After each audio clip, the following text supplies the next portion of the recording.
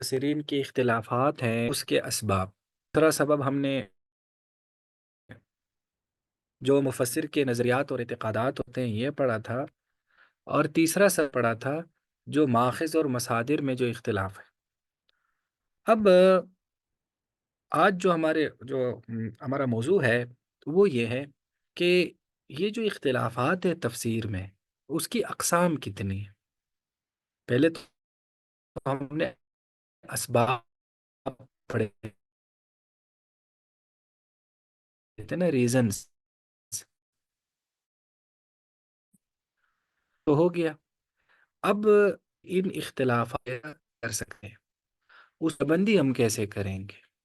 وہ درجہ بندی سمجھنا بہت ضروری ہے، کیونکہ بعض اختلافات ایسے جلا کے نا ضروری ہی نہیں ہے، وہ اختلاف ہوتا ہی نہیں، کچھ اختلاف اس سے زیادہ حساس نوعیت کے، تو اس لیے اس کی وجہ میں بول سر جی آپ کی آواز بہت بریک ہو ہمارے رہی ہے، سبق بالکل کا سمجھ نہیں آ ٹاپک رہی۔ ہے جس میں بریک ہو رہی ہے، پتہ نہیں کیا وجہ یہ ہے۔ جی کٹ رہی ہے، اب کیسی آواز ہے؟ اب بھی کٹ رہی ہے؟ جی اب کچھ بہتر ہے سر جی، کٹ رہی ہے؟ اب کچھ بہتر ہے سر جی۔ جی میں- جی شابش۔ تو میں آپ کو یہ بتا رہا تھا، پچھلے سبق میں ہم نے یہ پڑھا تھا کہ مفسرین کے اختلافات کے اسباب کیا ہے، یعنی کن ریزنز کی وجہ قرآن کی کسی آیت کی تفسیر میں اختلاف ہوتا ہے۔ یہ تو پچھلا سبق ہم نے پڑھا تھا، سمجھ میں آ رہا ہے؟ ان اختلافات کی اقسام کیا ہے، یعنی وہ جو مفسرین کا جو اختلافات کا پورا ایک انبار ہمارے سامنے پڑا ہوا ہے، ان اختلافات کو ہم کیسا کیٹیگرائز کر سکتے ہیں، اس کی ہم کیا درجہ بندی کر سکتے ہیں، تاکہ ہم ہر اختلاف کا سٹیٹس معلوم کر سکیں کہ یہ اختلاف کس درجے کا ہے، کس مقام کا ہے، اور اس اختلاف کو کتنی اہمیت دینی ہے، اس اختلاف کو کون سا ہم نے درجہ دینا ہے۔ یہ ٹاپک اب سمجھ میں آ گیا یا نہیں آیا؟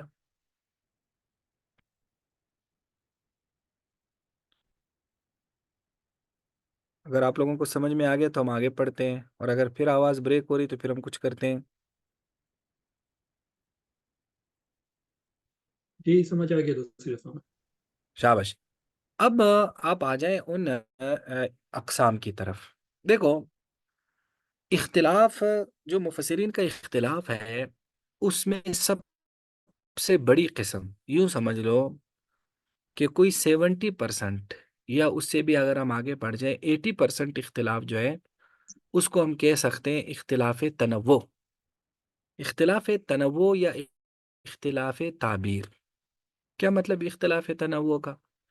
اختلاف تنوع یا اختلاف تعبیر کا مطلب یہ ہے کہ کسی آیت کی تفسیر میں مفسرین کی تعبیرات تو الگ الگ ہوں، لیکن اس کا رزلٹ ایک ہو، اس کا جو ایک انجام ہے وہ تقریباً ایک جیسا ہو۔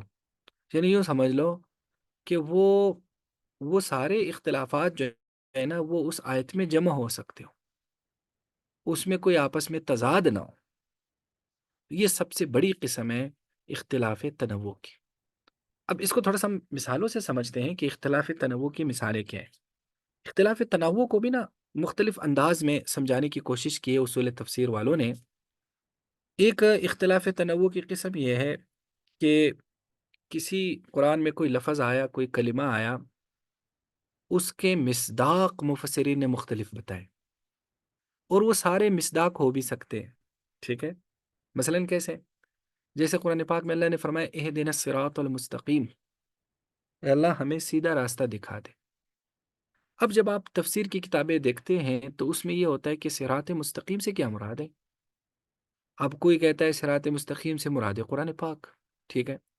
کوئی مفسر کہتا ہے صراط مستقیم سے مراد ہے نبی علیہ السلام کی سنت، کوئی کہتا ہے صراط مستقیم سے مراد ہے دین اسلام، کوئی کہتا ہے صراط مستقیم سے مراد ہے صحابہ کی اجتماعی جو ایک سوچ ہے وہ مراد ہے۔ یعنی آپ کو مختلف قسم کے الفاظ ملیں گے۔ اب یہ جو مختلف چیزیں بتا رہے ہیں یہ آپس میں جمع ہو سکتی ہے نا، یہ دراصل ساری مراد ہے، کیونکہ صراط مستقیم سے مراد یہ سیدھا راستہ، اب قرآن کا راستہ بھی سیدھا ہی راستہ ہے، جو سنت راستہ بتاتے ہیں وہ بھی سیدھا راستہ ہے، اور اسی طرح جو ایک سلف کا جو ایک صحابہ کے اس پورے جو اجتماعی سوچ ہے وہ بھی سیدھا راستہ ہے، تو آپ جتنے بھی اس کے مصداق نکالیں وہ آپس میں جمع ہو سکتے ہیں۔ تو اس کو یوں کہہ دیتے ہیں اس اختلاف کو کہ اسما کا تو اختلاف ہے، مسمہ ایک ہے، یعنی ناموں کا تو اختلاف ہے، لیکن ان سب کا جو مسمہ ہے یعنی جو مقصد ہے وہ ایک ہے۔ تو یہاں کوئی اختلاف نہیں، یہ کیا ہے؟ یہ صرف نام مختلف، ٹھیک ہے؟ تو اس کو ہم کہتے ہیں کہ اختلاف تنوع کی ایک قسم یہ، ٹھیک ہے؟ نمبر دو، اختلاف تنوع کی ایک قسم یہ ہوتی ہے کہ کسی تعبیر جو قرآن میں آئی ہے، کوئی کلمہ یا جو بھی قرآن میں الفاظ آئے ہیں، بطور مثال کے کچھ اس میں چیزیں بطور مثال کے مفسرین اس میں الفاظ ذکر کریں۔ یہ دراصل پچھلے کی طرح یہ کوئی بڑا فرق نہیں، یعنی ایک لفظ آیا، اب اس کو سمجھانے کے لیے مفسرین نے مختلف قسم کی اس کی مثالیں دی، اب کسی نے ایک مثال دی، کسی نے دوسری مثال دی، جیسے مثلا قرآن پاک میں ایک جگہ اللہ تعالیٰ فرماتے ہیں نا کہ ثم اورثنا الکتاب الذین اصطفینا، کہ پھر ہم نے کتاب کا وارث ان لوگوں کو بنایا جن کو ہم نے چنا تھا۔ اب آگے اللہ تعالیٰ پھر وہ فرماتے ہیں کہ جن لوگوں کو ہم نے چنا تھا وہ کون لوگ ہیں؟ فرمایا فمنہم مقتصد، کچھ ایسے لوگ ہیں جو بڑے معتدل لوگ ہیں، ومنہم ظالم لنفسہ، کچھ ایسے ہیں جو اپنے اوپر ظلم کرتے ہیں، گناہ گار ہیں، ومنہم سابق بالخیرات، کچھ ایسے ہیں جو نیکیوں میں آگے بڑھنے والے۔ اب تین قسم کے لوگ اللہ نے بیان کر دی۔ اب مثلا ہم درمیان والا لیتے ہیں فمنہم ظالم لنفسہ، کہ ان میں سے کچھ لوگ اپنے اوپر ظلم کرتے ہیں۔ اب آپ جب تفسیر کی کتابیں اٹھائیں گے تو ایک تابعی یا ایک صحابی یا ایک مفسر کہے گا کہ اس سے مراد ہے تارک صلاۃ، جو نماز چھوڑنے والا ہے وہ مراد ہے۔ دوسرا آپ کو بولے گا کہ اس سے مراد ہے جو سنت کے خلاف چلتا ہے۔ تیسرا آپ کو بولے گا کہ اس سے مراد وہ ہے جو لوگوں کے حقوق ادا نہیں کرتا۔ چوتھا ملے گا کہ جو وہ ہے جو مثلا لوگوں پر ظلم کرتا ہے۔ اب پانچ چھ قسم کی انہوں نے بیان کر دی، تو یہ دراصل اس آیت کا مکمل مصداق نہیں ہے، یہ دراصل اس کی ایک قسم بتانا مقصد ہے، ایک فرد بتانا مقصد ہے۔ اصل میں ظالم لنفس کا مطلب ہوتا ہے جو نافرمانی کرتا ہے۔ اب نافرمانی کی تو سینکڑوں شکلیں ہیں نا، جو نماز چھوڑتا ہے وہ بھی نافرمان ہے تو وہ بھی اس کی مثال بن سکتا ہے، جو زکوٰۃ نہیں ادا کرتا وہ بھی اس کی مثال بن سکتا ہے، جو لوگوں کے حقوق ادا نہیں کرتا وہ بھی اس کی مثال بن سکتا ہے، جو کوئی بھی گناہ کرتا ہے وہ سارے اس کی مثال بن سکتے ہیں۔ تو اب یہاں آپ کو اگر 10 مفسرین کے 10 اقوال ملے تو یہ اختلاف نہیں ہے، یہ دراصل اس چیز کے مختلف قسم کی کیا ہیں؟ تعبیرات ہیں، یہی سمجھ لو مثالیں، اس چیز کی مختلف قسم کی کیا ہے؟ مثالیں۔ تو یہ بھی گویا کہ اختلاف تنوع کی کیا ہے؟ ایک قسم ہے جو آپ نے ذہن میں رکھنی ہے۔ یہ دو قسمیں سمجھ میں آ گئی یا نہیں آئی؟ جی استاد جی۔ شاباش۔ اب جی جی جی، اب اس میں مثلا دیکھیں کچھ اور بھی قسمیں ہیں، میں ذرا یہاں سے اس جو اختلاف تنوع ہے اس کی مثلا اور یعنی اس اختلاف تنوع کی اتنی ساری قسمیں ہیں کہ آپ اس کو جتنا بھی اس کو بیان کریں اس میں بے شمار قسمیں بن سکتی ہیں۔ مثلا ایک اختلاف تنوع کی ایک قسم یہ ہے کہ ایک لفظ بہت سارے معنی میں مشترک ہے اور وہ معنی آپس میں جمع بھی ہو سکتے ہیں۔ اب کسی نے اس کا ایک معنی بیان کیا، کسی نے دوسرا معنی بیان کر دیا، تو اب اس کو ہم یوں نہیں کہہ سکتے کہ یہ جو ہے نا یہ اختلاف ہے، اس لیے کہ وہ لفظ خود مشترک ہے، اس کے بہت سارے معنی ہیں، تو بہت سارے معنی کی بنیاد پر وہ گویا کہ اس کی کیا بن سکتا ہے؟ وہ اس کی مثال بن سکتا ہے۔ جیسے مثلا قرآن پاک میں اگر مثلا یمین کا لفظ آ جائے، یا جیسے ایک جگہ قرآن پاک میں قسورہ کا لفظ ہے، تو اب قسورہ فرت من قسورہ سورۃ مدثر میں، اب قسورہ کا بعض رات نے کہا اس کا معنی شیر ہے، بعض رات نے اس کا کوئی اور اس کا جانور مراد لیا ہے۔ اب قسورہ ایک ایسا لفظ ہے جو مختلف قسم کی چیزوں پر بولا جاتا ہے، اب اس کو ہم یوں نہیں کہہ سکتے کہ یہ اختلاف ہے۔ اب وہ لفظ ہی عام ہے، یعنی اس میں بہت ساری چیزیں اس کے تحت آ سکتی ہے، تو کسی مفسر نے کوئی چیز بیان کر دی اور کسی مفسر نے کوئی چیز بیان کر دی، تو یہ گویا کہ یہ بھی اس میں کیا قسم ہے؟ یہ بھی اختلاف تنوع میں آ سکتی ہے، ٹھیک ہے۔ اختلاف تنوع میں ایک چیز یہ بھی آ سکتی ہے کہ بسا اوقات مفسرین کسی قرآنی لفظ کی تشریح کرتے ہیں اس کے قریب قریب لفظ سے، سمجھانے کے لیے اس کا ایک قریب قریب متبادل لفظ ذکر کر دیتے ہیں۔ اب قریب مریب متبادل لفظ ہر مفسر اپنا ذکر کرتا ہے، ہر مفسر جو ہے نا وہ اس کو اپنا ذکر کرتا ہے، تو پڑھنے والوں کا ایسا لگتا ہے کہ یہ تو اختلاف ہے۔ جیسے مثلا اس کی مثال یوں بیان کی جاتی ہے قرآن پاک میں، ایک اللہ کیا فرماتے ہیں، وَذَكِّرْ بِهِ أَن تُبْصَلَ نَفْسٌ بِمَا قَدَّمَتْ۔ اب تبصلہ کا کیا مطلب ہے؟ تو تبصلہ کا ایک مطلب ہے، اصل میں اس کا اللہ تعالیٰ فرماتے ہیں کہ ہر نفس نے جو کمایا ہے اس کے بدلے میں اس کو قید کیا جائے گا، اس کو رہن رکھا جائے گا۔ اب تبصلہ کا تشریح کرنے کے لیے کوئی اس کا کہتا ہے کہ اس کا مطلب ہے کسی کو گروی رکھنا، ٹھیک ہے۔ اس کا کوئی کہے گا بھائی اس کا مطلب ہے کسی کو محبوس رکھنا، بند رکھنا، کسی کو روکنا۔ تو اصل میں وہ تبصلہ کی اس قریبی الفاظ بتا کر اس کی تشریح کرنا چاہتے ہیں۔ اب کوئی کہے گا بھائی یہ تو اختلاف ہو گیا، اس نے محبوس ہونے سے اس کی تشریح کی ہے، دوسرا کہے گا بھائی اس نے تو تشریح کی ہے رہن رکھنے سے، رہن کو بھی تو روکتے ہیں نا اپنے قرض کے بدلے میں، تو کوئی اس کو اور طرح سے کوئی اور لفظ بولے گا۔ تو اس کو آپ یوں کہہ سکتے ہیں کہ اس لفظ کے معنی کو سمجھانے کے لیے متبادل الفاظ اختیار کیے گئے۔ اب متبادل الفاظ کسی کے بھی مختلف ہو سکتے ہیں، تو لہٰذا یہ بھی اختلاف تنوع میں آ گیا۔ یعنی یہ کوئی ایسا اختلاف نہیں ہے جس کو آپ باقاعدہ اختلاف کہہ سکتے ہیں، یہ اس طرح سے اختلاف نہیں ہے، ٹھیک ہے۔ تو یہ جو ہے نا یہ اختلاف تنوع کی گویا کہ مختلف قسم کی مثالیں ہیں۔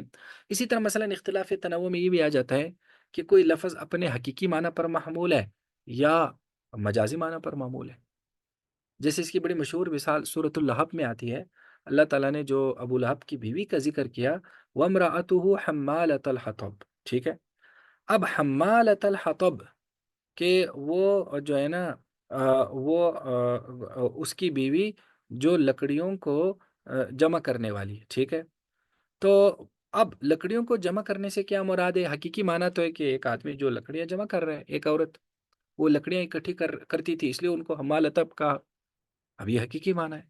بعض کہتے ہیں کہ نہیں، وہ دراصل نا فقر سے اشارہ تھا کہ اس کی بیوی بڑی فقیر تھی، اس کی طرف اشارہ تھا۔ کچھ کہتے ہیں کوئی اور معنی مراد ہے۔ اب اگر آپ اس کا حقیقی معنی مراد لیں تو معنی اور ہو جائے گا، مجازی معنی مراد لیں تو اور معنی ہو جائے گا، لیکن ظاہر ہے اس سے کوئی اتنا بڑا فرق نہیں پڑے گا۔ جو آیت کا مین مفہوم ہے اس سے اتنا بڑا فرق نہیں پڑے گا۔ یہ بھی کس میں آ جاتا ہے؟ یہ بھی اختلاف تنوع میں آ جاتا ہے۔ تو گویا اختلاف تنوع جو ہے یہ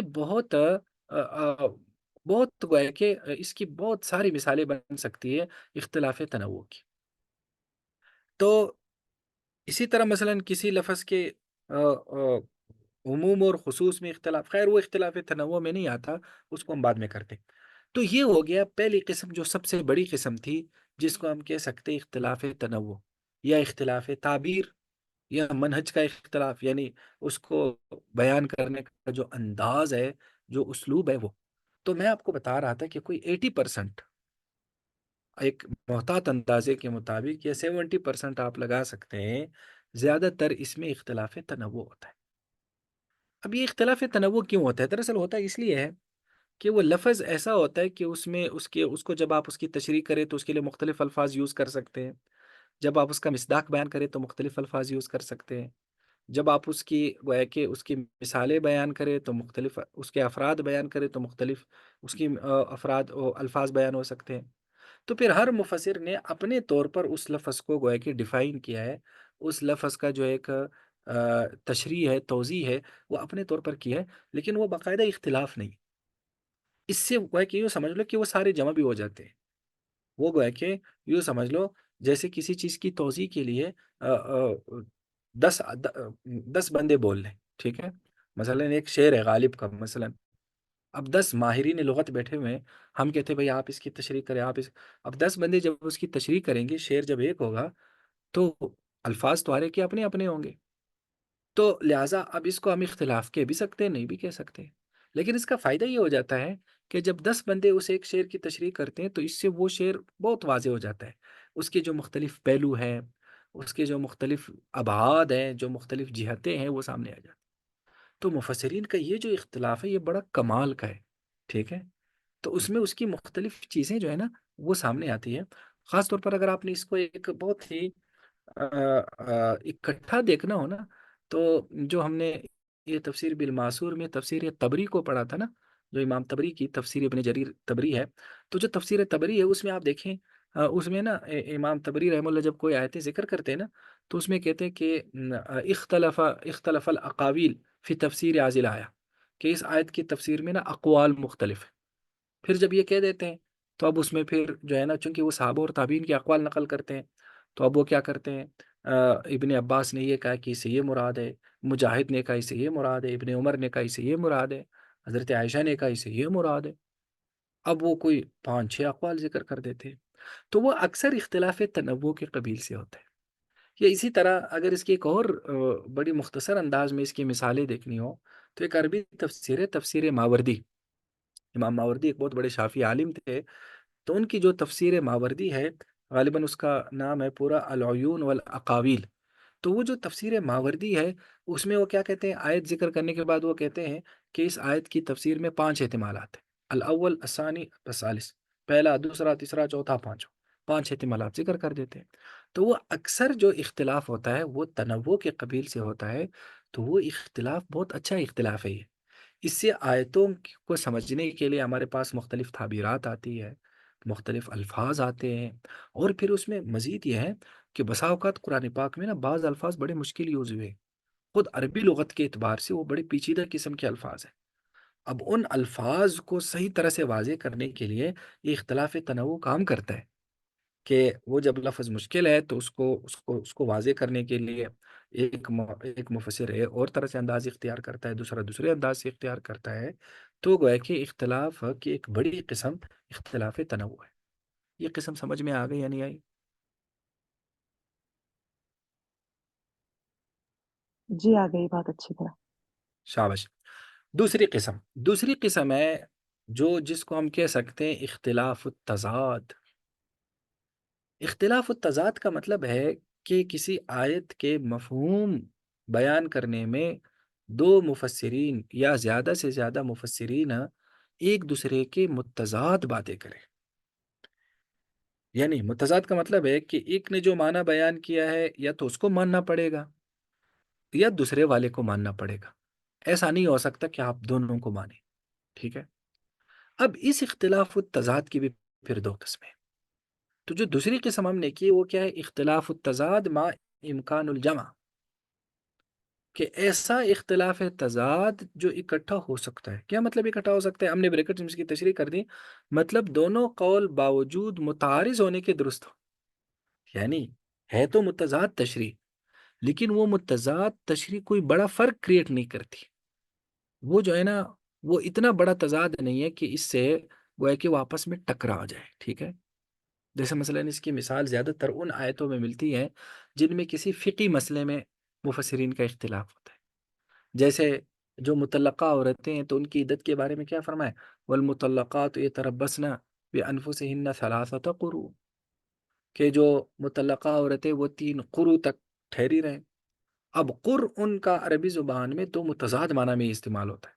ایک تو مشترک ہوتا ہے نا، عربی زبان میں بعض الفاظ ایسے اس کو ازداد کے الفاظ کہتے ہیں. ازداد کا مطلب ہوتا ہے وہ 2 متضاد معنی پر بولا جاتا ہے. جیسے مثلا عربی زبان میں یہ جو بیع کا لفظ ہے نا، بیع خریدنے کا معنی میں بھی استعمال ہوتا ہے، فروخت بیچنے کے معنی میں بھی استعمال ہوتا ہے. اب خریدنا بیچنا بالکل الگ الگ کام ہے نا، متضاد کام ہے. تو اس کو کہتے ہیں یہ ازداد کے قبیل سے. تو یہ جو قرآن کا لفظ ہے یہ بھی ازداد کے قبیل میں سے. یہ حیض کو بھی کہتے ہیں، طور بھی کو بھی کہتے ہیں. اب حیض اور طور متضاد ہے نا. تو اب جب قرآن نے قرو کا لفظ استعمال کیا، اب وہ ہے قبیل ازداد میں سے. تو اب ایک مفسر قرو مالا طہر والا معنی لے گا، دوسرا حیض والا معنی لے گا. اب یہ ہے تو اختلاف تضاد، لیکن یہ اختلاف تضاد امکان الجمع والا ہے. یعنی یہ دونوں درست ہے، کوئی سے اتنا بڑا فرق نہیں کریٹ ہوگا. کیونکہ یہ فقی مسئلہ ہے.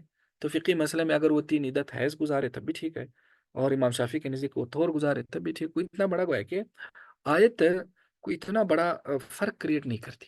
زیادہ سے زیادہ وہ ایک اختلافی مسئلہ جو ہے نا کریٹ کر دیتی ہے ایسے موقع پر. ٹھیک ہے. تو اس طرح سے ہوتا ہے. تو یہ جو ہے نا یہ اختلاف تضاد زیادہ تر میں نے بتایا کہ فقی مسائل میں ہوتا ہے، مثلا اس میں زیادہ تر یہ ہوتا ہے کہ ایک آیت ہے، اس میں عموم اور خصوص کا بھی اختلاف ہوتا ہے، ٹھیک ہے؟ مثلا اس آیت جیسے ایک جگہ اللہ تعالیٰ فرماتے ولا تنکحوا المشرکات، کہ مشرک عورتوں سے نکاح نہ کرو۔ اب مشرک عورتوں کا نکاح نہ کراؤ یا تم ان سے نکاح نہ کرو، اب یہاں مشرک کا لفظ عام ہے، کوئی کون سے مشرک اس میں شامل ہے؟ سارے کافر شامل ہے، کچھ مشرک شامل ہے۔ اب اس کی گویا کہ اس میں اختلاف تو ہوگا، تو اس سے آگے نا فقی مسئلہ ایک کریٹ ہو جاتا ہے۔ تو یہ جو اختلاف تضاد ہے، یہ زیادہ تر جو سنی مفسرین کا آپس میں اختلافات ہے اس طرح سے، وہ زیادہ تر فقی مسائل کے کانٹیکسٹ میں ہوتا ہے، یعنی جو فقی مسائل ہیں ان کے اس میں ہوتا ہے، اور فقی مسائل سے ہٹ کر بسا اوقات عام آیات میں بھی ہوتا ہے، ٹھیک ہے؟ جیسے مثلا ایک جگہ اللہ تعالیٰ فرماتے ہیں کہ الذین یظنون انہم ملاقو ربہم، کہ وہ لوگ جو یہ گمان کرتے ہیں کہ وہ اپنے رب سے ملیں گے۔ اب ظن کا لفظ شک کے معنی میں بھی آتا ہے، ظن کا لفظ یقین کے معنی میں بھی آتا ہے۔ تو اب یہاں ظن سے مراد کچھ کہتے ہیں شک ہے، کچھ سے کہتے ہیں یقین ہے، کوئی کہتے ہیں امید ہے۔ اب مختلف قسم کے الفاظ ظاہر ہے، یہ متضاد ہے۔ شک جس کو شک ہوتا ہے اس کو یقین نہیں ہوگا، جس کو یقین ہوگا اس کو شک نہیں ہوگا، جس کو امید ہے وہ پھر ایک الگ چیز ہے۔ تو اب یہ اختلاف تضاد ہے، لیکن اس سے اس آیت پر کوئی اتنا بڑا فرق کریٹ نہیں ہوتا، یعنی وہ کوئی ایسا فرق نہیں پیدا کرتا جس کو ہم کہہ سکتے ہیں کہ بھائی اس سے آیت بالکل آگے پیچھے سے ہو گئی۔ تو اس طرح سے ہاں، اختلاف تضاد میں بعض آیتیں ایسی ہیں جس کے بارے میں تھوڑا سا یہ اختلاف ہے مفسرین کا کہ یہ آیت جو ہے نا وہ کافروں پر فٹ آتی ہے یا مسلمانوں پر۔ کچھ آیتیں ایسی بھی ہیں، وہ ذرا اس کی تشریح لمبی ہے، لیکن بس آپ یہ تھوڑی سی قسم سمجھ لینا کہ کچھ آیتیں ایسی ہیں کہ اصل میں وہ آیت آ رہی ہے نا، ایک بحث آ رہی ہے۔ اب آگے جو آیت ہے اس کے ضمائر جب آپ لوٹاتے ہیں، تو اگر ضمیر اس طرف لوٹا لے تو وہ جملہ جو ہے نا وہ گویا کہ کسی ایک فریق پر آتا ہے، اور اگر دوسرے کی طرف لوٹا ہے تو ایک دوسرے فریق پر وہ فٹ آتا ہے۔ تو اس میں بھی پھر اختلاف ہوتا ہے کہ بھائی وہ فریق مراد ہے یا وہ فریق مراد ہے، تو اس طرح سے بھی ہوتا ہے۔ تو گویا کہ اس طرح کے جو اختلافات ہیں اس کو اختلاف تضاد کہہ سکتے ہیں، لیکن وہ مع امکان الجمع ہے، یعنی امکان الجمع کا مطلب ہے یہ اگر ساری صورتیں میں سے آپ کوئی بھی صورت لے لیں، کوئی فرق نہیں پڑتا اس سے۔ آپ یہ نہیں کہہ سکتے کہ بھائی یہ غلط ہے یا وہ غلط ہے، تو آپ وہ لے لیں یا یہ تشریح لے لیں، کوئی حرج نہیں ہے۔ تو یہ اختلاف تضاد ہے، تو اس میں دونوں کو جمع تو نہیں کر سکتے، لیکن کوئی بھی تفسیر لینے میں کوئی مسئلہ نہیں ہوتا، اور آیت کا اتنا بڑا رخ نہیں تبدیل ہوتا ایک قسم یہ اختلاف تضاد کی۔ اب اختلاف تضاد کی ایک تیسری قسم ہے جس کو ہم کہہ سکتے ہیں اختلاف التضاد مع عدم امکان الجمع۔ عدم امکان الجمع کا مطلب ہے کہ دونوں میں سے کوئی ایک صحیح ہوگا، دونوں درست نہیں ہو سکتے، یعنی دونوں درست نہ ہونے کا مطلب ہے آپ دونوں کو نہیں لے سکتے۔ یہ تھوڑا سا یوں سمجھ لو حساس اختلاف ہے، اس سے وہ بالکل گویا کہ یوں سمجھ لو کہ ایک نیا موقف کریٹ ہوتا ہے، یہ ایک نیا عقیدہ پیدا ہوتا ہے قرآن کی آیت سے۔ جیسے مثلا یہ زیادہ تر نا عقائد والی آیات میں ہوتا ہے، یا جس سے نا جیسے مثلا اب جو ہے نا اللہ تعالیٰ کو دیکھنا، کیا قیامت میں ہم اللہ کو دیکھ سکیں گے یا نہیں؟ ہم قرآن کی کچھ آیتیں ایسی ہیں جو اس کی طرف اشارہ کر رہی کہ دیکھ سکتے ہیں۔ اب اس آیت کی جو ہے نا تشریح کوئی اور کرے گا، مثلا صورت القیامہ میں نا وجوہ یومئذ ناظرہ الی ربہا ناظرہ، کہ اس دن کچھ چہرے بڑے تر و تازہ ہوں گے، الی ربہا ناظرہ۔ اب الی ربہا ناظرہ کا کیا مفہوم ہے؟ کچھ مفسرین کہتے ہیں کہ نظرہ کا مطلب ہوتا ہے دیکھنا نا، تو وہ اپنے رب کی طرف دیکھ رہے ہوں گے، تو گویا کہ اس سے اللہ تعالیٰ کی روایت ثابت ہوتی ہے۔ لیکن بعض مفسرین، خاص طور پر جو معتزلی مفسرین ہیں اور ہمارے بعض اہل سنت بھی، وہ اس کی تفسیر یہ کرتی ہے الی رب یا ناظرہ کا مطلب ہوتا ہے وہ رب کا انتظار کر رہے ہوں گے۔ اب دیکھنے سے اس آیت بالکل ایک الگ اس پہ چلی جاتی ہے کہ اس سے روایت باری تعالیٰ ثابت ہوتا ہے، ایک عقیدہ اس سے ثابت ہوتا ہے۔ لیکن اگر انتظار والا لے لے تو اس عقیدے کی نفی ہو جاتی ہے کہ بھائی اس سے وہ عقیدہ ثابت نہیں ہوتا۔ تو یہ جو اختلاف التضاد ہے، اس سے تھوڑا سا نا فرقے بنتے ہیں۔ جیسے ابھی وہ آپ میں سے کسی نے پوچھا تھا کہ بھائی یہ جو غلام محمد پرویز صاحب ہے ان کی تفسیر، اب وہ جو اختلاف کرتے ہیں باقی مفسرین سے، وہ کوئی اختلاف تنوع یا وہ اختلاف التضاد میں امکان الجمع والا نہیں، بعد میں امکان الجمع والا ہے۔ اس سے باقاعدہ ایک وہ ہے کہ فرقہ یا یوں سمجھ لو کہ باقاعدہ ایک جو ہے نا ایک موقف کریٹ ہوتا ہے، یا یوں سمجھ لو کہ ایک اسکول آف تھاٹ پیدا ہوتا ہے. جیسے مثلا سر سید احمد خان صاحب نے جدیدیت کی روشنی میں قرآن کی تفسیر کیا. اب انہوں نے ایک الگ مکتب فکر کریٹ کر دیا. کسی نے انکار حدیث کی اس میں کیا ہے، کسی آدمی نے مثلا اہل تشیع ہو کر شیعہ نے اپنے اس انداز میں کیا ہے، کسی نے مثلا کوئی معتزلی ہو کر اپنے انداز میں کیا ہے، کوئی آدمی کوئی صوفی فرقے سے یا صوفیہ اس نے اپنے انداز میں اس کو کیا ہے. تو یہ دراصل وہ اختلاف ہے. یعنی ظاہر ہے وہ بھی پورے قرآن میں تو نہیں ہوتا نا، قرآن کی مخصوص آیتوں میں ہوتا ہے نا. تو یہ جو اختلاف ہے یہ دراصل گویا کہ وہ اختلاف ہے جس کو ہم حقیقی اختلاف کہہ سکتے ہیں. حقیقی یعنی حقیقی اختلاف بھائی مانا کہ اس میں آپ دونوں نہیں لے سکتے، نہ دونوں کو درست کہہ سکتے ہیں، اور وہ دونوں ایک الگ الگ گویا کہ مواقف کریٹ کر دیتے ہیں. اور اس سے جو قرآن سے چیزیں لینا ہے نا، کہ قرآن سے ہم نے کون سا عقیدہ لینا ہے، کون سا عقیدہ ثابت کرنا ہے، اور کیا ایک تصویر دین کی لینی ہے قرآن سے، تو وہ پوری تصویر ہی بدل جاتی ہے نا. مثلا اگر آپ معتزلی مفسر کو پڑھیں گے، اس کی تفسیر پڑھیں گے قرآن کی، تو وہ جن آیتوں کی اہل سنت سے اختلاف کرے گا، تو اس سے ایک پورا گویا کہ قرآن کا جو ایک اسکول آف اسلام کا جو ایک اسکول آف تھاٹ ہے نا، یا اسلام کا جو نقشہ ہے نا، وہ ایک معتزلی اس آئینے میں نظر آئے گا. ٹھیک ہے. یا اگر آپ ایک شیعی مفسر کو پڑھیں گے تو وہ کیا کرے گا، اس سے اس کو وہ جو ہے نا اس کا جو ایک نقشہ ہے اسلام کا، وہ آپ کو شیعہ آئینے میں نظر آئے گا. ٹھیک ہے. یہی سمجھ لو شیعہ آئینک سے آپ قرآن اسلام دیکھ رہے ہیں. ٹھیک ہے. یا اگر کوئی سنی مفسر ہے تو آپ اس طرح سے دیکھ رہے ہیں. تو یا مثلا کوئی جدید مفسر ہے یا جو جدیدیت کا علم بردار ہے اسے، تو یہ اختلاف تضاد جو ہے یہ تھوڑا سا واقعی اختلاف ہے. تو اس کو حل کرنا چاہیے. یعنی حل کرنے سے مراد ہے کہ اس میں جو غلط ہے اس کو غلط کہنا چاہیے. جو باتیں لے کے بھائی انہوں نے غلط استنباط کیا، آیت کی غلط تفسیر کی، اور اس میں آپ کہہ سکتے کہ مباحثہ چل سکتا ہے، اور اس میں ایک دوسرے کے ساتھ وہ ہے کہ مناظرہ چل سکتا ہے، اور اس سے واقعی جو ہے نا وہ امپیکٹ پڑتا ہے. یعنی امپیکٹ سے مراد ہے کہ اس سے قرآن کیا ہمیں بتاتا ہے، باقاعدہ اس سے مختلف راستے سامنے آتے ہیں. تو یہ اختلاف زیادہ تر وہ ہے کہ وہ جو ایک مذہبی یا ایک فرقہ وارانہ یا ایک جو ایک خاص مائنڈ کا ایک جو مفسر ہوتا ہے، تو وہ اس سے سامنے آتا ہے. لیکن یہ بھی پورے قرآن میں تو ظاہر ہے کبھی نہیں ہوتا. وہ قرآن کی بہت ساری آیتیں ایسی ہیں جو بڑی سمپل سی ہے، بڑی واضح سی ہے، سب اس کو وہ ایک جیسے لیتے ہیں. تو لیکن کچھ چیزوں پر، کچھ جگہوں پر، یا کچھ آیتوں میں وہ اختلاف چلتا ہے. تو یہ اختلاف تضاد ہے مع عدم امکان الجمع. یہ دراصل اس کی یہ قسم ہے. تو اب اگر اس کو ہم دیکھیں کہ جو بقیہ دو اختلافات ہیں وہ کسی اعتبار سے بھی مضر نہیں ہے، ضرر ان سے کوئی ضرر نہیں پیدا ہوتا. ٹھیک ہے. جو بقیہ دو اختلافات ہیں وہ ہونے چاہیے تاکہ وہ قرآن کے نا مختلف پہلو سامنے آ جائے. لیکن یہ اختلاف مذموم ہے. یہ جو تیسری قسم کا اختلاف ہے نا، یہ دراصل مذموم ہے. اور اس میں جو جس کو ہم ہوگا بات سمجھ میں آ گئی نہیں گئی. تو گویا کہ وہ دو اختلافات وہ کوئی مضر نہیں ہے، وہ ضروری ہیں.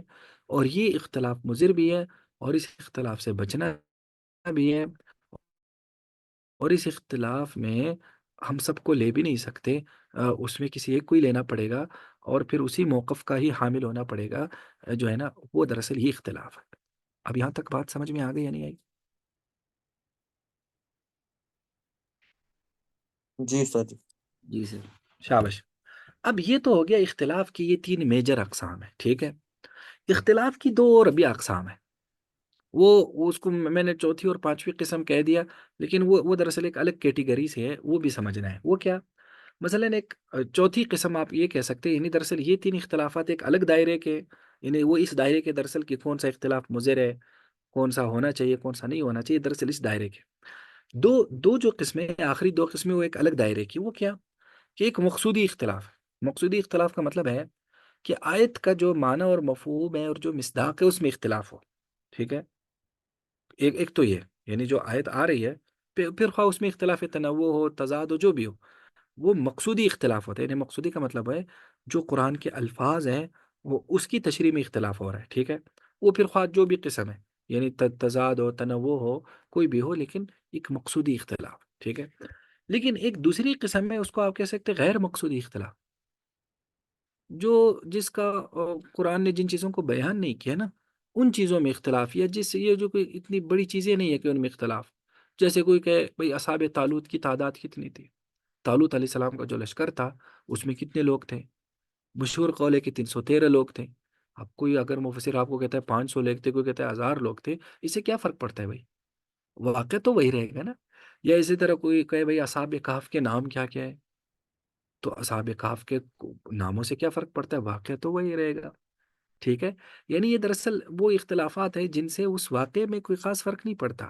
یہ زیادہ تر نا ہسٹوریکل چیزوں میں ہوتا ہے، یعنی قرآن کی جو قصص ہے نا، یعنی قرآن نے جو واقعات بیان کیے، تو یہ دراصل ان چیزوں میں یہ زیادہ چلتا ہے، یہ جو اختلاف ہے، جس میں بس آپ کو یہ لگے کہ بھئی اصحاب کہف کی کتنی تعداد ہے، ذوالقرنین کون ہے، یاجوج ماجوج کون ہے، یا اسی طرح یوں سمجھ لو کہ بعض جو ہے نا ایسے جیسے مثلا قوم سبا کون سی ہے، یا اسی طرح جس عورت کا ذکر سلیمان علیہ السلام کے قصے میں اللہ نے کیا، جس کو ہم ملکہ بلقیس کہتے ہیں، وہ کون تھی، اس کا پھر بعد میں کیا بنا۔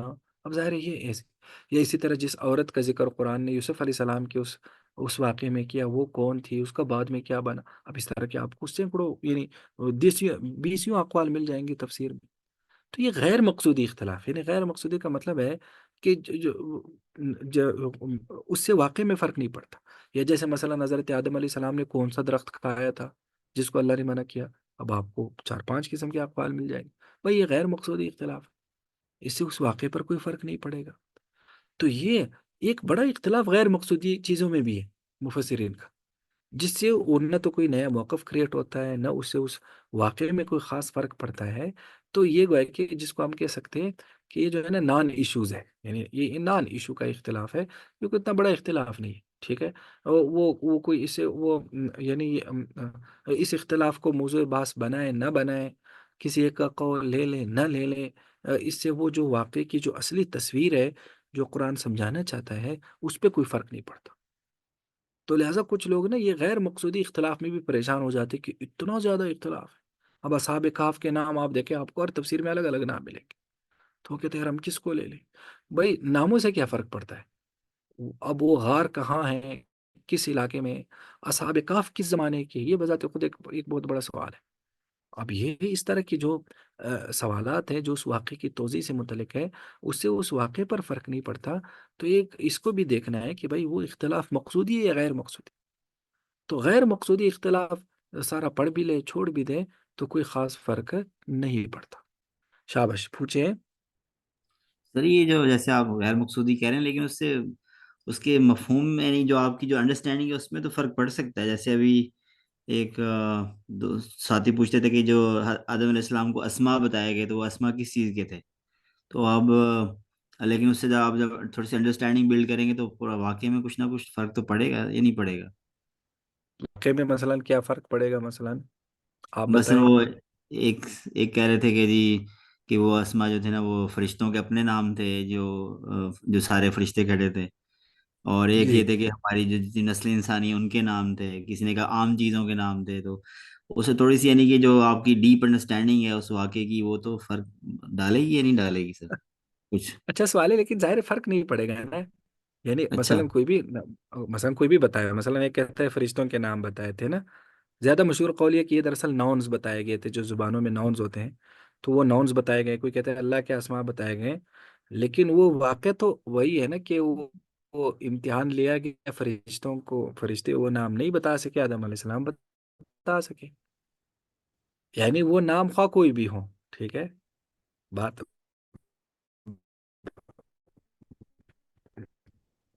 بات سمجھ میں آ گئی نہیں؟ یعنی نام کوئی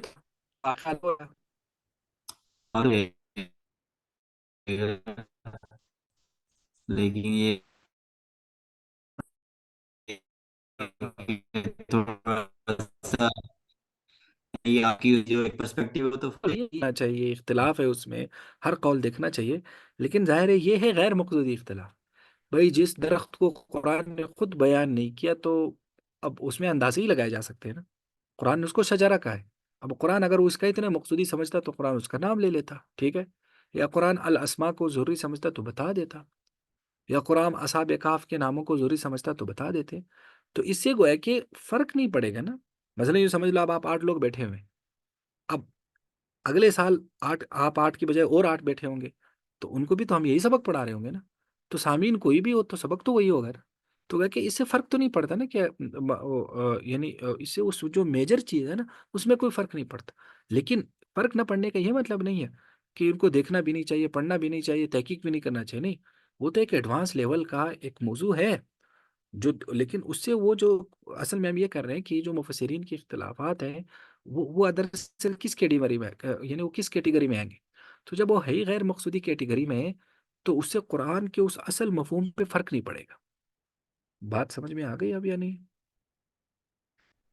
جی سر، یعنی کہ جو اس کا آیت کا مفہوم ہے وہ تو وہی رہے گا، اس وہ میں تو فرق وہی نہیں۔ رہے گا، بالکل ایسے ہی. تو یہ جو ہے نا یہ آج کا جو ہم نے 5 قسمیں پڑھی تھی اختلافات کی، تو یہ آپ نے ذہن میں رکھنی ہے. ویسے آپ لوگوں کو عربی پڑھنی آتی ہے یا نہیں؟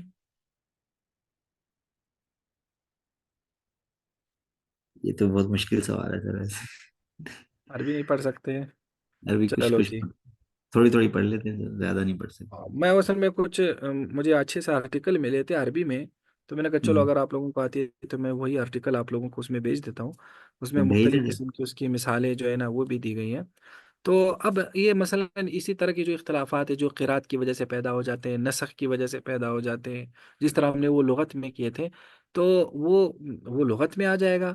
اور دوسرا اس میں گویا کہ اس پورے اس موضوع کا خلاصہ یہ ہو گیا کہ مفسرین کا جو یہ اختلاف ہے جتنا اس کا ہوا بنا ہوا ہے وہ اتنا بڑا ہوا ہے نہیں ویسے، ٹھیک ہے؟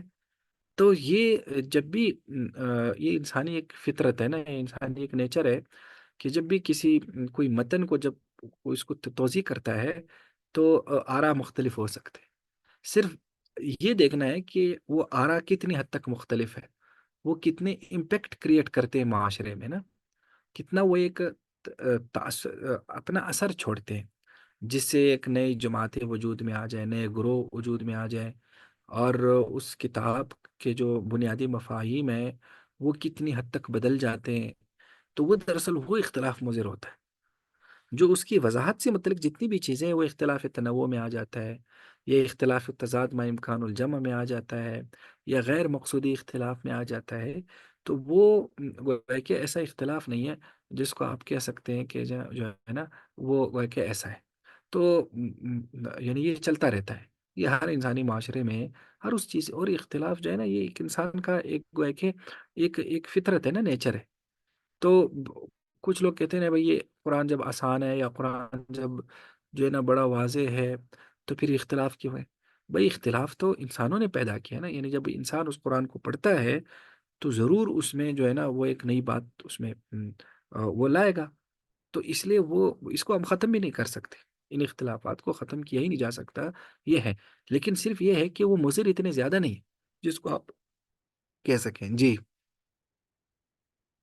سر یہ جیسے ایک کچھ لوگوں نے کیا کہ انہوں نے پورا نیا فریم ورک بنا لیا، جیسے ہم فراہی صاحب کا بھی پڑھ رہے تھے کہ انہوں نے ایک نیا فریم ورک بالکل بنا کے بالکل ایک نیا کہ تفسیر اس طرح سے کی جانی چاہیے، تو وہ اس طرح کا اختلاف ہم کس کیٹیگری میں ڈالیں گے سر یہ؟ اس کو آپ یہ جو ہے نا اسی میں کر سکتے ہیں اختلاف و تضاد. نہیں نہیں، اس کو آپ یہ دیکھیں کہ یہ جو انہوں نے فریم ورک بنایا ہے جی، یہ وہ نا پھر ایک اور چیز ہے، اس کو آپ مناہج کہہ سکتے ہیں. مناہج مناہج صحیح، مفسرین، ٹھیک ہے؟ یعنی صحیح، مناہج مفسرین کا مطلب ہے کہ بھائی قرآن کی جو ایک تفسیر کرنی ہے اس کا ایک پروسیس کیا ہونا چاہیے، ٹھیک ہے؟ یا یوں سمجھ لو کہ اس کے ٹولز کیا ہونے چاہیے، ٹھیک ہے؟ تو وہ دراصل اس یعنی اس منہج کا اختلاف ہے، یہ یوں تفسیر سے سمجھ لو. پہلے کا یعنی کہ اس ہاں کا پری بالکل، ریفرنس کا اختلاف، صحیح۔ بالکل. جیسے مثلا یہ ہمارا اصول تفسیر کا سبق ہے نا، اب ایک یہ ترتیب یہ ہے کہ بھائی اس طرح سے سلائڈ بناؤ، یہ پڑھاؤ، اس طرح سے اردو میں اس کے الفاظ لکھو. ہو سکتا ہے کوئی اور استاد اس کو کسی اور طرح سے دیکھے، وہ اس کو یہ کہے کہ بھائی سلائڈز بنانے کی ضرورت نہیں ہے، ویسے ہی بتاؤ. کوئی استاد کے بھی نہیں اس طرح سے کرو، اس طرح سے نہیں پڑھاتے، ہم سوال انداز کے جواب میں پڑھاتے ہیں، آپ سوال کرو ہم جواب دیں گے. کوئی کہتا ہے نہیں ہم کسی ٹیکسٹ کو موضوع بناتے ہیں، کسی ٹیکسٹ کو بنیاد بنا کر اس کی صورت میں پڑھتے ہیں. اب یہ منہج کا اختلاف ہے، ٹھیک ہے، موضوع تو وہی ہے اصول تفسیر کا، لیکن استاد کا ہر اسلوب الگ ہے، منہج الگ ہے۔ تو وہ دراصل مناہج مفسرین میں آتا ہے کہ بھئی قرآن کا جو ایک آپ نے اس کی تشریح کرنی ہے، تفسیر کرنی ہے، تو آپ کا روڈ میپ کیا ہونا چاہیے، یا آپ کا جو ایک آپ کے پاس ٹولز ہے وہ کیا ہونے چاہیے۔ تو جب ٹولز مختلف ہوتے ہیں تو پھر وہ انداز تو مختلف ہو جاتا ہے نا، تو اس لیے وہ دراصل ٹولز میں آ جاتے ہیں، جیسے مثلا جو ہم نے شروع میں پڑھے تھے نا، جیسے کوئی کہتے بھائی آثار و روایات کو دیکھے، کوئی کہتے نہیں بھائی عقل کو زیادہ دیکھے، کوئی کہتے بھائی لغت کو زیادہ دیکھے، کوئی کہتے ہیں نظم اور ربط کو زیادہ دیکھے، کوئی کس چیز کو دیکھتا ہے، کوئی کس چیز کو دیکھتا ہے، تو اس سے بھی اختلاف پیدا ہوتا ہے، ایسا نہیں ہے۔ اس کو ہم نے وہ اختلاف کے اس اسباب میں پڑھا تھا نا، تیسرا سبب، کہ بھائی وہ مصادر اور ماخذ میں کی وجہ سے اختلاف ہو جاتا ہے، تو وہ دراصل ریزن میں آ جاتا ہے کہ وہ اختلاف کریٹ کرتا ہے۔ جب ہر ایک مفسر کا جو اختلاف ہے، جب وہ جب وہ الگ ٹول اختیار کرتا ہے یا الگ منہج اختیار کرتا ہے، تو اختلاف تو وہ کریٹ کر دیتا ہے۔ پھر ہم نے دیکھنا یہ کہ اس نے جو اختلاف کریٹ کیا ہے وہ کس حد تک، وہ کس قسم میں آتا ہے۔ کیا اس نے تنوع والا کریٹ کر دیا، اس نے تضاد والا کریٹ کر دیا، یا اس نے مقصودی کریٹ کر دیا، غیر مقصودی کریٹ کر دیا، تو اس طرح سے تو وہ گویا کہ اس کو آپ ریزن میں بھی شامل کر سکتے ہیں کہ وہ دراصل اختلاف پیدا کرنے کا ایک سبب ہے۔ اب جی بات سر، اب سمجھ بہت میں آ اچھے گئی سمجھ بھائی؟ آ گیا سر، اب بہت ہوں۔ سی بات سمجھ آ گئی سر۔ اور اس موضوع سے متعلق کسی کا کوئی سوال ہے وہ کر سکتا ہے۔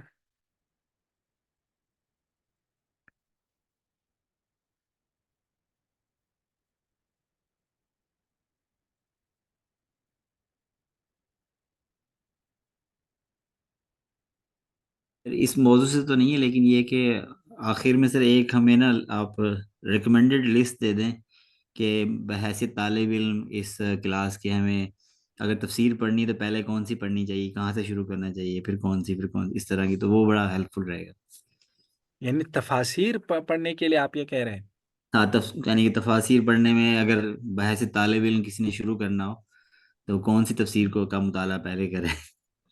ویسے انشاءاللہ اس کو میں مناہج مفسرین میں انشاءاللہ میں تھوڑا سا اس میں مزید ہم اس پر روشنی ڈالیں گے، لیکن جی مختصراً یوں سمجھ لو کہ دراصل نہ ہر ایک آدمی کا اپنا لیول ہوتا ہے نا، کہ وہ جی کس سر۔ لیول کا ہے۔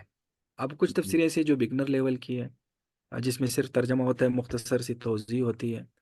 کچھ تفسیریں ایسی ہیں جو تھوڑی سی ایڈوانس لیول کی ہے، اس میں ذرا بہت اعلیٰ پیمانے کے عقائد کے مباحث، لغت کے مباحث، اور بہت مشکل قسم کے اس میں مباحث ہے، بھاری قسم کے مباحث ہے۔ تو اب گویا کہ یہ ہر آدمی کے لیول کے اعتبار سے مختلف ہوگا۔ تو اگر آپ کا بگنر لیول ہے تو پھر ظاہر ہے آپ کو بگنر لیول کی وہ تفاسیر پڑھنی چاہیے، اور اگر تھوڑا سا انٹرمیڈیٹ لیول ہے تو پھر وہ پڑھنی چاہیے۔ تو زیادہ تر اگر آپ اردو تفاسیر میں دیکھیں نا، تو اردو تفاسیر میں یوں سمجھ لو جیسے یہ جو ہے نا مولانا تقی عثمانی صاحب کا آسان ترجمہ ہو گیا، اسی طرح ایون مولانا مودودی صاحب ہو گئے۔ تو یہ ان لوگوں نے نا قرآن پاک کو بڑا آسان کرنے کی، کہ اس کو ذرا آسان انداز میں لوگوں نے درس قرآن کے حلقے لگائے نا، جیسے ڈاکٹر اسرار صاحب ہو گئے، یا مولانا اسلم شیخ پوری صاحب ہو گئے، یا اسی طرح یہ جو الہدا انٹرنیشنل والے ہو گئے۔ تو خواہ اس میں اب اختلاف ہے، اس میں وہ بہت ساری آیتوں کی ایک الگ تفسیر کرتے ہیں، وہ تو اپنی وہ اختلاف کی کیٹیگری میں دیکھنا ہے، وحید الدین لیکن خان اوور صاحب کا آل بھی ہے۔ یا اجمالی طور پر، مجموعی طور پر یہ ایسی۔ جی وحید جی الدین جی خان کیا کیا؟ صاحب کی تذکیر القرآن۔ ہاں شاباش ماشاء اللہ، وحید الدین خان صاحب ہو گئے۔ تو یہ وہ ہیں جو ایک عام آدمی کے لیے، جو قرآن سے ایک روشنی لینا چاہتا ہے بغیر مباحث میں پڑھے، آ- آ- آپ معارف القرآن کی بھی اس میں شامل کر سکتے ہیں۔ یہ دراصل وہ تفسیریں ہیں جو ایک عام آدمی جو قرآن کو بس صرف واضح کرنا چاہتا ہے یا اس کو دیکھنا چاہتا ہے، لیکن اردو تفاسیر میں بعض تفاسیر بڑی علمی ہے، وہ ہر آدمی اس سے استنباط کر بھی نہیں سکتا، اس کو پڑھ بھی نہیں سکتا۔ جیسے مثلا مولانا تھانوی کی بیان القرآن ہو گئی، یا اسی طرح یہ خاص طور پر جو یہ جو فرقوں کے علماء نے لکھی ہے نا، جس میں انہوں نے زیادہ تر مباحث کو، جیسے مثلا بریلوی مکتب فکر کی تفسیر نعیمی، یا اسی طرح ہمارے مولانا ادریس کاندیلوی صاحب کی یہ معارف القرآن، یا اس طرح یہ جو تفاسیر ہے یہ زیادہ تر علمی لیول کی ہے، جس میں انہوں نے علمی مباحث کو، یہ جیسے تفسیر عثمانی بھی اسی میں آ جاتی ہے، جو تفسیر عثمانی ہے اس میں بھی کافی اس کے جو حواشی ہے وہ ہے تو مختصر، لیکن اس میں کافی علمی قسم کے مباحث جو ہے نا وہ اس میں آ جاتے ہیں. یا اسی طرح جس نے مختلف قسم کا ایک اسکول آف تھاٹ کریٹ کیا وہ بھی اسی میں آ جاتا ہے. جیسے مثلاً آپ مولانا امین حسن اصلاحی صاحب کی تفسیر دیکھیں، یا اسی طرح آپ مولانا حمید الدین فرائی صاحب کا جو اردو کام ہے وہ دیکھیں. تو وہ سارا اس میں آ جاتا ہے، علمی میں آ جاتا ہے. یا مولانا عبید اللہ سندھی صاحب کا دیکھیں، یا مولانا ابوالکلام آزاد کی کچھ چیزیں آپ دیکھیں. تو وہ تھوڑا سا نا مشکل ہے، یعنی اس میں وہ تھوڑے سے بگنر کے لیے نا اس میں گویا کہ اتنی زیادہ چیزیں اس میں نہیں ہوتی اس کی دلچسپی کی یا اس کی سمجھ کی. تو وہ تھوڑی سی گویا کہ ایڈوانس لیول کی ہے، اسے اعلیٰ لیول کی. تو دیکھنا یہ ہے کہ جو پڑھنے والا ہے اس کا لیول کون سا ہے. تو میرے خیال میں آج کل ظاہر ہے زیادہ تر عوام ہوتے ہیں یا زیادہ تر جو ہے نا جن کا دینی علوم سے کا پس منظر نہیں ہوتا، تو ان کو بس یہ والی تفاسیر دیکھنی ہے. مجھے خود ذاتی طور پر اگر آپ مجھ سے پوچھے، مجھے مولانا مودودی کی تفسیر بہت اچھی لگتی ہے. جو مولانا مودودی کی تفسیر مودودی ہے نا، تفسیر تفہیم القرآن، وہ بہت کمال کی تفسیر ہے. اور مولانا مودودی جو ہے نا، اللہ نے ان کو تعبیر کا ایک بہت بہت مضبوط سلیقہ دیا تھا، اور اتنی کنٹرول ہے ان کی تعبیرات پہ، بندہ حیران ہو جاتا ہے. خاص طور پر انہوں نے نا شروع میں مولانا مودودی صاحب نے قرآن کے اسلوب کے عنوان سے چند صفحات لکھے، وہ بہت کمال کے، کہ وہ قرآن پاک کا انداز بیان کیا ہے. وہ جب کسی چیزوں کو بیان کرتا ہے تو ایون بہت سارے طلباء علماء کنفیوز ہوتے ہیں قرآن کے انداز بیان سے، لیکن یہ جو مولانا مودودی کا وہ مقدمہ بندہ پڑھتا ہے تو بہت ساری چیزیں کلیئر ہو جاتی ہے کہ قرآن کا انداز بیان کیا ہے. تو اس لیے مولانا مودودی جو ہے نا وہ اصل میں وہ عوامی نبض سمجھتے ہیں، یا جو عوام کا ایک مائنڈ سیٹ ہے. تو اس لیے آپ ضرور اس کو سامنے رکھیں. لیکن ظاہر ہے ہر مفسر کی طرح مولانا مودودی کی تفسیر میں بھی بہت ساری ایسی چیزیں ہوں گی جو ہو سکتا ہے کوئی نہ لے، یا جو جمہور سے مختلف ہو، یا جس میں کچھ چیزیں ایسی، کچھ مقامات ایسے جن سے اتفاق نہیں ہو سکتا. لیکن وہ آیت کی ایک مجموعی طور پر دیکھنے سے بہت اچھی ہے. اسی طرح مولانا تقی عثمانی صاحب نے جو آسان ترجمہ قرآن لکھا ہے وہ بھی بہت کمال کا ہے. ایک بالکل بگنر لیول پہ قرآن کو سمجھنا، یا بہت سارے مباحث سے قطع نظر اللہ کیا کہنا چاہتے ہیں ایک عام انسان کو یا ایک مسلمان کو، اس کو سمجھنا جس میں بھاری مباحث نہ ہو، اس آیت کی تشریح آسان انداز میں. اور مولانا تقی عثمانی صاحب کو پھر ایک اور کمال ہے، وہ بہت ساری علمی مباحث کو نا آسان کرنے میں ان کو بہت ملکہ حاصل ہے.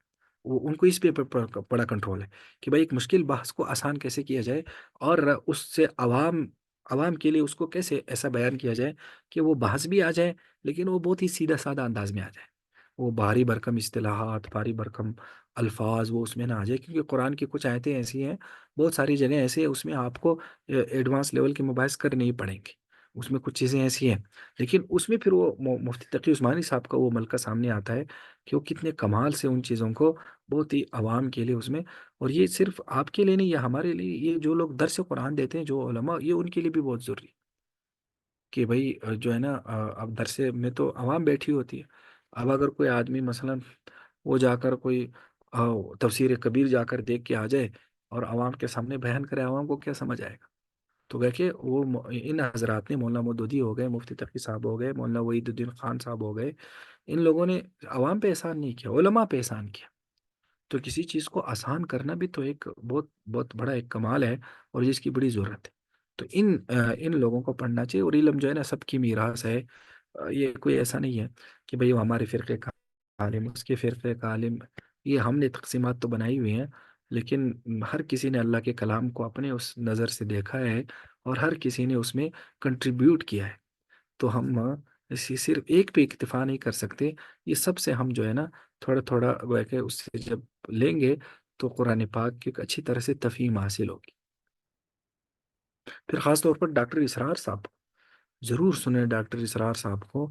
کیونکہ ڈاکٹر اسرار صاحب دراصل اس زمانے کے یا اس طبقے کو انہوں نے مخاطب کیا جو بہت اعلیٰ لیول کا ایک طبقہ تھا. پھر ڈاکٹر اسرار صاحب کا ایک بہت بڑا ذوق تھا قرآن فہمی کا. ایک وہ کہ سمجھ لو کہ وہ ایک مجنون تھے اس بارے میں کہ بھائی درس قرآن عوامی سطح پہ دیا جائے. اور یہ انہی کی برکات ہے کہ یہ چیز پھیل گئی.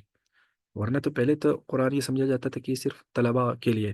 جیسے نہیں ہمارے بر صغیر میں نا دورہ تفسیر قرآن ہوتے تھے. جیسے مثلا مولانا غلام اللہ خان صاحب کراتے تھے، مولانا سرفراز خان صفدر صاحب کراتے تھے. اسی طرح یہ جو ہے نا مولانا عبدالحمید سواتی صاحب کراتے تھے. یا اسی طرح آپ خیبر کے پی کے میں جائے، خیبر پختونخوا میں